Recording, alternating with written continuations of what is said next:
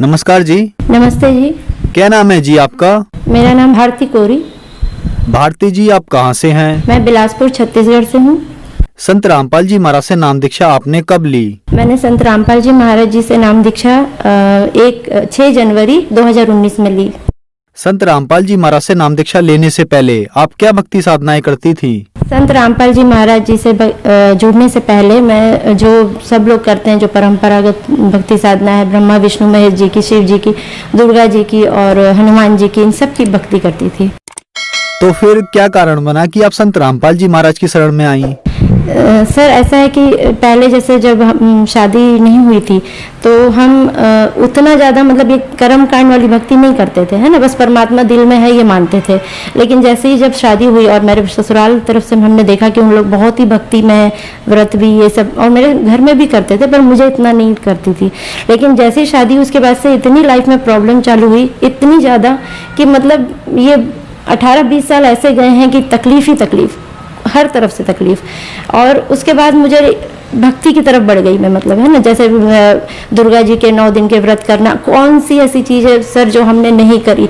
चाहे आप बोलिए A to Z भक्ति जो होती है ना, हमने पूरी की है। हर देवी देवता के शरण में हम गए हैं, मंदिर मंदिर भटके हैं हमने। मंगलवार को, शनिवार को हनुमान जी में जाके प्रसाद चढ़ा रहे हैं, चोला चढ़ा रहे हैं, कहीं दुर्गा जी के 9 दिन के व्रत करके रतनपुर में जा रहे हैं। मतलब बहुत कठिन से कठिन जो भक्ति होती है ना, सुबह 5 बजे उठ के सूरज भगवान को जल दे रहे हैं, पेड़ों की तक पूजा कर डाली, 5 पेड़ लगा के उनको गमले में, उनकी रोज सरसों का तेल जलाई, हर तरह की भक्ति कर चुकी थी। और इससे मेरी समस्या कम होने के बजाय बढ़ते चली जा रही थी। मतलब मुझे आश्चर्य होता था कि हमने किसी का कुछ बिगाड़ा नहीं है, ना किसी का हम बुरा सोचते हैं, पर मेरी लाइफ में इतनी स्ट्रगल्स क्यों आ रही है। और सब कुछ ठीक था, मतलब मेरे हस्बैंड एक पुलिस जॉब में इंस्पेक्टर थे और उनकी अच्छी पोस्ट थी, कोई आर्थिक समस्या भी नहीं थी हम लोगों को। लेकिन घर में बहुत चिक चिक होती थी, बहुत मतलब कोई कलह रहती थी, और एक दूसरे के साथ मतलब जो अंडरस्टैंडिंग होनी चाहिए वो नहीं होती थी। उसके बाद फिर वो जब उनकी परेशानी बढ़ी, मतलब जैसे उनको बीमार हुए, वो उनको हार्ट अटैक आया था, तो उसके बाद से उनकी सेहत गिरती चली गई। और उसके बाद मेरे माता पिता एक्सपायर हो गए। अब जब मेरे माता पिता एक्सपायर हुए, यहाँ पर हस्बैंड बीमार हो गए, हम लोग आर्थिक रूप से भी बहुत परेशान थे और कोई कहीं से कोई सपोर्ट भी नहीं था। उसके बाद हस्बैंड की भी डेथ हो गई। जब उनकी डेथ हुई तो हम तो बिल्कुल ही बेसहारा हो गए, क्योंकि मेरे साथ मेरे 2 बच्चे हैं, मेरे बेटा और बेटी और मैं, और हम 3 के अलावा हमारा मतलब ऐसा लगता था कि जैसे दुनिया में कोई है ही नहीं, क्योंकि कोई हमें पूछने वाला नहीं था, कोई हमें मतलब किसी एक पैसे की मदद नहीं कर रहा था। जबकि सब जानते थे कि ये लोग 8 साल से जो आर्थिक उससे जूझ रहे हैं, वो चीज़ के लिए हमें कोई हेल्प कहीं से नहीं मिली, किसी ने नहीं की। हमें एक्सपायर हो गए। उसके बाद से तो जैसे कि हम लोग के ऊपर पहाड़ टूट पड़ा, क्योंकि हम जानते हैं कि हमारा इस दुनिया में मेरे पति के सिवा तो कोई था ही नहीं अब। तो बिल्कुल ही अकेले हो गए और आर्थिक रूप से इतने कमजोर हो गए थे कि 0 बैंक बैलेंस था, कुछ नहीं था हम लोगों के पास, कर्ज में डूब चुके थे पूरी तरह, है ना। इसके बाद मेंटल मॉरल सपोर्ट तक नहीं था किसी का हमारे पास। और जब संत रामपाल जी महाराज जी की शरण में बस हमने एक ही चीज़ सोची मैंने कि अब बस परमात्मा कहाँ हो आप, अगर आप हो तो आप ही हमें संभालोगे। और मैंने सब चीज़ छोड़ दी, क्योंकि पूजा पाठ से मुझे कुछ लाभ तो मिला ही नहीं था। वो सब छोड़ के हमने सिर्फ संत रामपाल जी महाराज जी को फॉलो करना शुरू किया, उनके सत्संग सुनना शुरू किया, उनके बारे में मतलब मेरे सिस्टर ने मतलब मुझे संत रामपाल जी महाराज जी के बारे में बताया था भोपाल से, वो और जीजा जी जुड़े थे, और वो मुझे 3 साल पहले ज्ञान गंगा पुस्तक दे चुकी थी कि आप इस पुस्तक को पढ़िए, आपके जीवन में समस्याएं वो दूर होंगी। पर मैं नहीं मानती थी, मतलब मुझे पता नहीं कि विश्वास नहीं हो रहा था कि ये पुस्तक में ऐसा क्या है जो ये लोग जुड़ गए, और शायद मैं भी मतलब उस वशीभूत होकर जुड़ जाऊं, मुझे ऐसा लग रहा था। तो मैं उस वजह से उसको हाथ नहीं लगाती थी। लेकिन जब परेशानी बहुत बढ़ी तो अचानक, जैसे मैं बम्बई की, मेरी सिस्टर, मेरा मायका बम्बई में है, तो मेरी बहन और हम ऐसे ही चले गए कि नामदान केंद्र जाकर आते हैं, और उन्होंने भी थोड़ा सत्संग सुने तो बोला नहीं ज्ञान बहुत अच्छा है, सुनना चाहिए। तो थोड़ा समझा और नामदान केंद्र गए और संत रामपाल जी महाराज जी से नाम दीक्षा ली।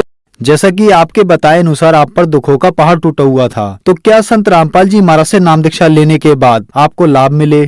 संत रामपाल जी महाराज जी से जुड़ने के बाद जब मैंने उनको अच्छे से ज्ञान को समझा और फॉलो की, पूरी भक्ति की जो मर्यादाएं होती है वो सब कुछ, तो मुझे मतलब ये 1.5 साल का समय गया जब मेरे हस्बैंड 2019 में गए, और उसके बाद 2020 में ये कोरोना महामारी भी आ गई, और उसकी वजह से तो आप समझ ही सकते हो कि कोई आर्थिक लाभ तो छोड़ दो, कोई साथ भी नहीं था हमारे, हम अकेले रहे उस टाइम पर। लेकिन हमें हर समय पता नहीं कहाँ से परमात्मा ने हमें मदद की और हमारी ज़रूरतें पूरी होती रही। जब मेरे हस्बैंड मतलब चले जाने के बाद जो हमें आर्थिक परेशानी का सामना करना पड़ रहा था, और पेंशन भी नहीं हमारी हुई थी, ना अनुकंपा नियुक्ति का कोई ठिकाना था, मतलब किसी प्रकार की कोई आर्थिक मदद जो विभाग से मिलनी चाहिए उसके लिए बहुत दिक्कत हो रही थी। पेंशन के लिए मेरे घर से, मेरे मतलब इन लॉज के घर से ही इन लोगों ने कुछ उनके थोड़े राजनीतिक अच्छे संबंध है, सोर्स है, मतलब पावर है, उसका इस्तेमाल करते हुए उन्होंने उधर रोक दिया था, तो वो हमको मिल नहीं पा रही थी। हम लोग बहुत परेशान हो रहे थे, हम कोई भी सरकारी काम जानते नहीं थे। हम तीनों जन सुबह से निकलते थे, कैसे हर विभाग के चक्कर मारते थे, कभी कभी खाना भी खाए पिए नहीं रहते थे, और अपने आप हमको नहीं पता, परमात्मा इतनी प्रेरणा करता था, वो खुद ही हमें बताता था, जैसे दिमाग में आता था आज इससे मिलना है, आज उस अधिकारी से मिलना है। और वो करके जब मैंने बहुत आस छोड़ दी कि कहीं से कुछ नहीं हो रहा है, तो उसके बाद मैंने अपने संत रामपाल जी महाराज जी के यहाँ पे अरदास लगाई कि मालिक यही परेशानी, क्योंकि अब बच्चों को भी पढ़ाई लिखाई भी रुक रही थी और बहुत तकलीफ भी हो रही थी। तो वहाँ पर से हमको जब जवाब आया कि मालिक दया करेंगे, तो सच में मालिक ने दया की। मुझे घर बैठे, आप यकीन नहीं करेंगे, मुझे घर बैठे पता चला कि स्पंदन सेल कुछ होता है पुलिस विभाग में, जहाँ पे हमको अपनी कंप्लेन देनी रहती है, वहाँ पे कंप्लेन दी।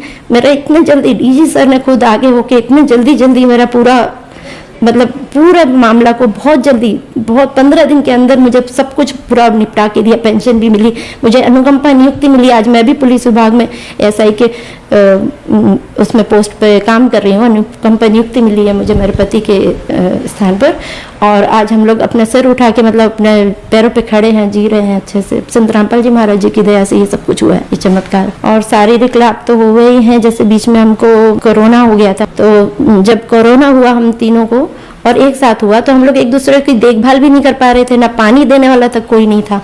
ऐसे समय में हम परमात्मा को याद करते थे कि मालिक बस आपकी मर्जी, जैसी आपकी मर्जी।